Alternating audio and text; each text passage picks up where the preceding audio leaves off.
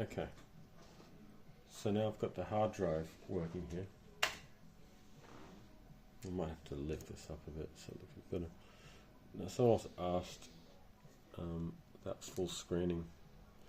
Yeah, at the beginning here you get to choose your screens. You can choose all different kinds of screens, extra ham, whatever, double ham, whatever available. And we want to get to the 640 by 512 for the PAL.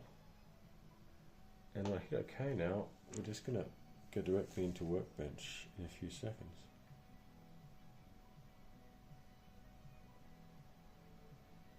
There you go. So Workbench here, full screen. And obviously, of course, you actually get to do this thing as well, which is weird on the HDMI screen. I think it's interesting. But the good old 3-finger Control Shift Alt. Yeah, we're still here. You can check out how our E-UAE meter is doing. And it tells us it's running okay. And I'll close it and we'll get back to the good stuff in here. Okay. So data, I remember I put something in here I put ages ago. This is from the old days when before E-UAE 68 you had your little hard drives. Okay. Sysinfo, here we go, Sysinfo. Okay. Now you get to see how fast the Amiga and the Amiga is. There you go.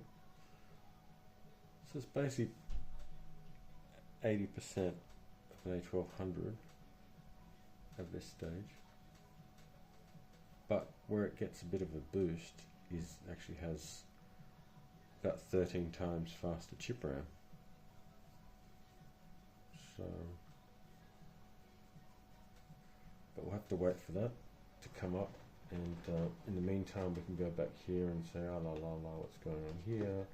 Let's have a look at the logs. Let's be really smart about it. Yep, looks all great. I could try something that run a stupid module, let's play music or something, and let's do something stupid. Probably crash something. For sure I will. Couldn't allocate audio channels. Goods idea, Amiga, because we've got it here. So here you go. Now you can see that it's calculated that in the background. And so anyway, whatever. It is whatever it is. Let's be brave and run a game. Well, actually I did run a game before. One of my favourite games ever. Deluxe Pac-Man by Edgar. Oh, I must have started it with the mouse. It's cool. The joystick work? No. Oh, it's automatically starting. I know why. Did I leave the mouse command here? No. That's a shame. Well, anyway, I might pause it for a second and work out my mouse issue.